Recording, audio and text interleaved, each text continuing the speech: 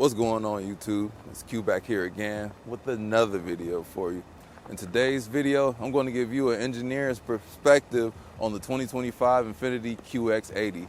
Now, this has been fully redesigned. Some changes up on here, so it no longer has a V8. It has a twin turbo, 3.5 liter twin turbo V6. Going to be cranking out 450 horsepower, 516 pound-feet of torque.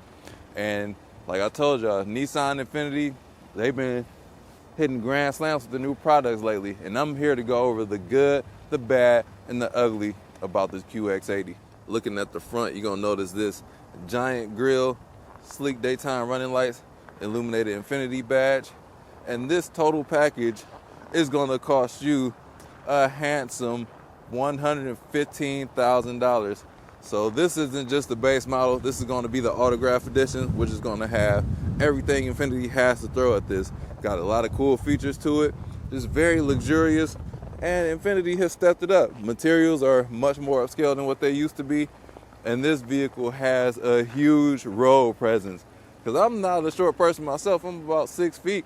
This is a giant vehicle. You don't even feel small next to semi-trucks. Up in the back, you can either kick your foot up under here, but I'm going to press the button. It's only 15 degrees out here today. I ain't got time to be playing around. So in the very back, we do have a shelf where you can store your groceries up in here. And we do have these buttons on the side where you can fold the seats down in front of you. But I want to know how big it is all the way back there. So let's go find out. These got to be the coolest door handles of all time. They disappear once you walk away from the car and once it's locked. But to get back here, you can do it all through the infotainment screen, and the back seat has the infotainment screens too. Speaking of these seats, you're going to have heated, ventilating, and massaging seats in here for the front and the second row. But to access this third row, we get a little fancy up in here, and that can be done through the infotainment screen, like I said. Somehow my head is all the way in the ceiling in this giant truck. I don't even know how that was possible, but it's not a lot of headroom in this third row. We do have enough knee room back here, which is surprising. I'm not folding that seat back because I don't want to get stuck back here. It's cold, but ample room in this third row. The seats are on the small side, like the headrest is like in the middle of my back, but I can raise those up as these are down so the driver can see all the way through the rearview mirror. And captain's chairs are always going to make things seem a little bit more luxurious. We even have this diamond stitched leather up in here, two-tone, got the burgundy and black, grayish stitching up in here. Very nice. And the front is going to be more of the same. Got perforated leather all throughout the cabin. Nice design language everywhere. We are going to run into some plastics in certain areas, like around here. Nice storage bin up underneath. But I do notice that it's a little bit cramped. I'll talk about that more later. What are some of the bad things with this QX80? Well, ran across a few things testing this for the last 7 days. And it's not horrible, but one of the first things I noticed, and I noticed this in the new Nissan Z as well, while the music is playing, and you just touch the screen, like if you go through the menu, swipe your finger, the music will get distorted. It sounds like a CD kind of skipping, or it gets a little bit choppy. That's weird. My second gripe is about the memory seat settings.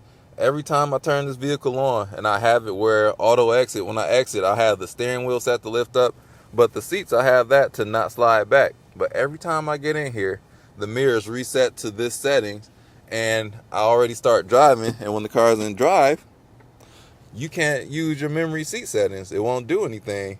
But when I switch it over to park, it goes to my seating settings. So it's sliding right now. The mirrors are moving.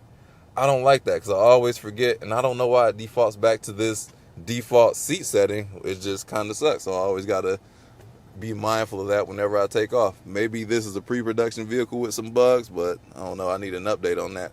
As I said, this is a big vehicle, and it has a nice side belt on here. The windows are nice and big on the side, but pulling up to an ATM, that thing, you're going to have to look way down there and hang out the window because it's like Geronimo. So I literally had to unbuckle and hang out the window to go to an ATM. It's not going to be every ATM, but that's what I noticed in my week with it. And while I think Nissan and Infiniti make one of the best infotainment screens and clusters as far as functionality and how good it just looks, I ran into a couple issues with this one where the whole infotainment screen just froze. I was navigating home. The whole CarPlay just froze. Nothing would move. The maps wasn't moving. song. The song was still playing, but I couldn't see where my next command was on my next guidance on my navigation route. So what did I have to do? One time I just had to turn the car off and on to get it to go. But thankfully at the bottom they have these little quick keys. You can go to different menus down there, and I was able to jump out and jump back in, and it just kind of remembered that it was supposed to be updating as I go through, and it did that finally. And speaking of the graphics, another one of the things that I didn't like on a car that costs this much money, the cruise control, the graphics on here are horrible. So let me show you what I mean. So as I'm driving, normally the lines move in the graphics of every other vehicle that I have tested, and the cars as they move past you is really fluid. The lines on here are just solid, and then the cars just kind of move like they're little, I don't know, like the thing from that one movie, the thing that came out the tunnel, what I'm neutral about.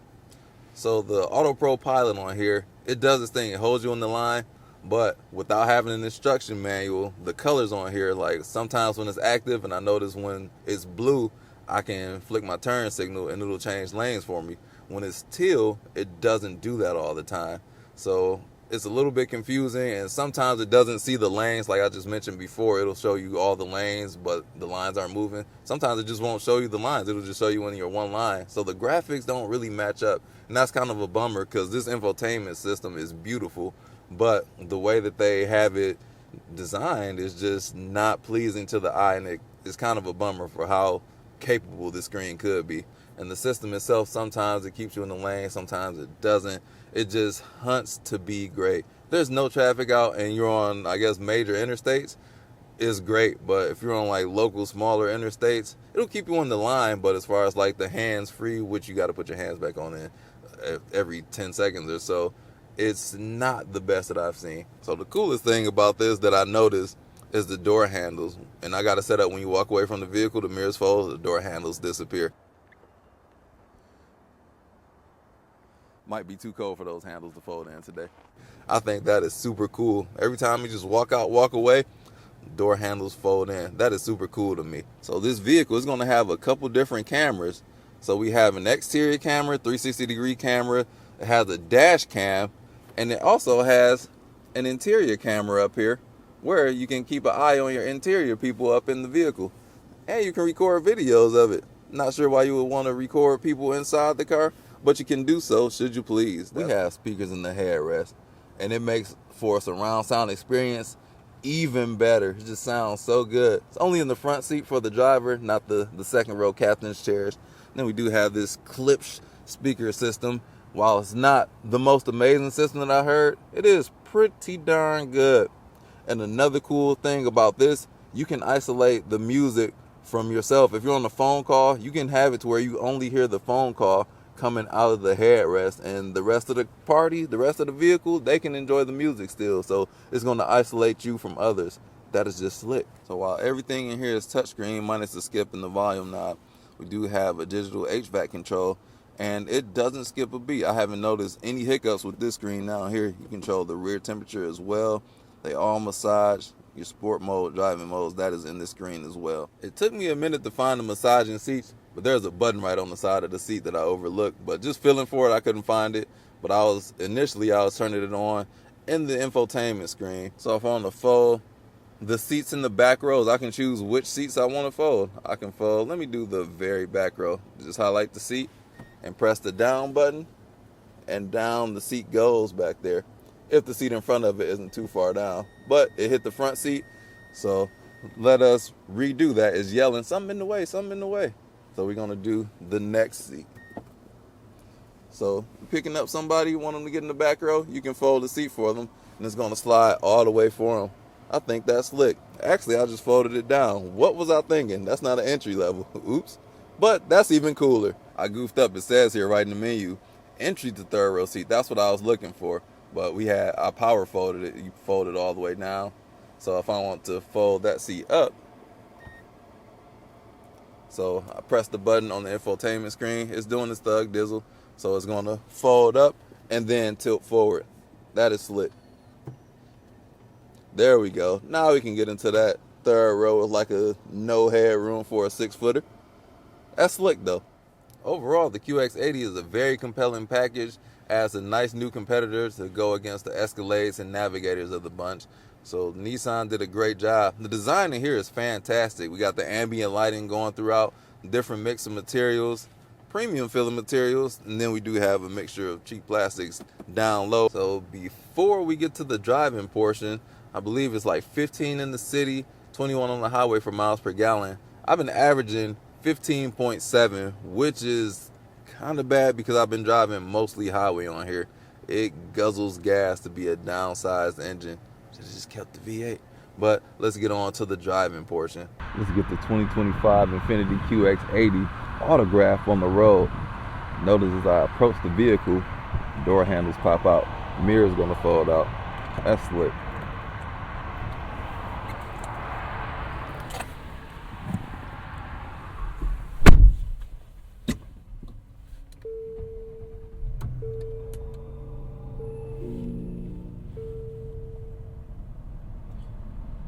For some reason, every time I come in here, it goes to a certain setting with the seats where I have to press the memory seats.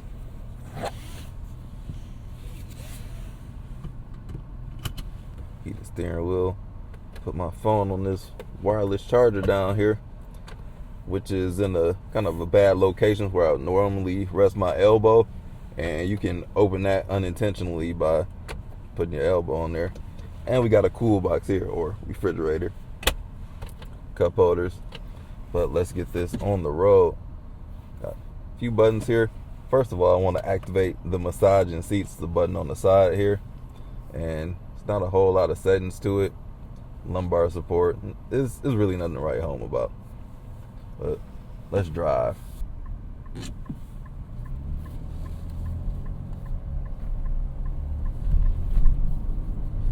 Visibility on here is going to be great.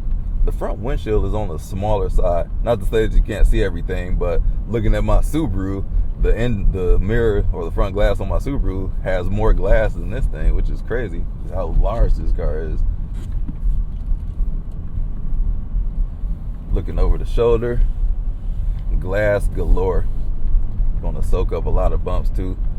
Very isolated inside here. You can really not hear the outside at all. They did a great job on the sound deadening.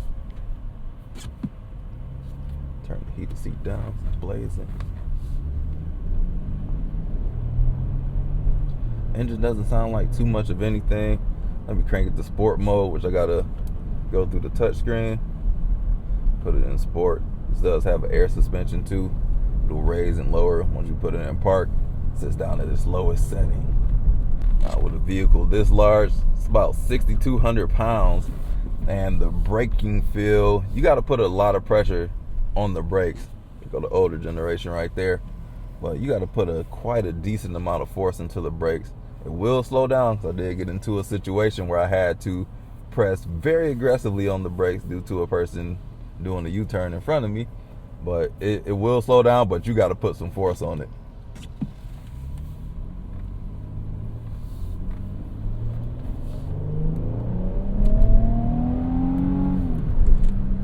Gets up rather quickly. Slow it on down though. Get onto the highway. We gonna notice now this is a true boat. Body roll galore. This is gonna be your comfy highway cruiser because it will not take a turn whatsoever. This is more focused on the luxury side of things. And my seating position right now is actually, for how large this vehicle is, it's kind of cramped in this driving space. It's this center console kind of extends in my personal space, and the seats are extremely comfortable. These are some of the most comfortable seats ever with the massage function, heated and ventilated seats. But it's just not a lot of room to. Most full-size trucks are very spacious, very airy cabin. This, I don't know, it's not one of them.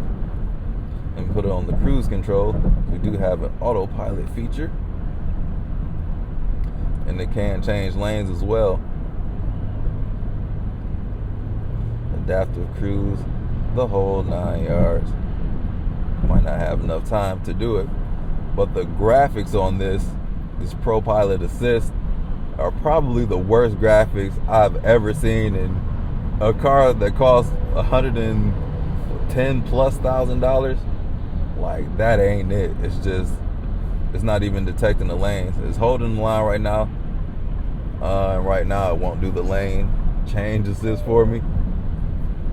It changes a few colors. It's gray. There's like a teal color and a blue color. When it's blue, I know that's when it'll change the lanes for me. And right now it's holding the line as well, but you do have to keep your hand on the steering wheel. Fuel economy, I've been averaging 16.5, and the most you're going to get about out of this is like 21 on the highway. And I've been doing a lot of highway driving, so it's going to be quite thirsty for this turbocharged 6-cylinder engine. So it is, I don't know, the V8.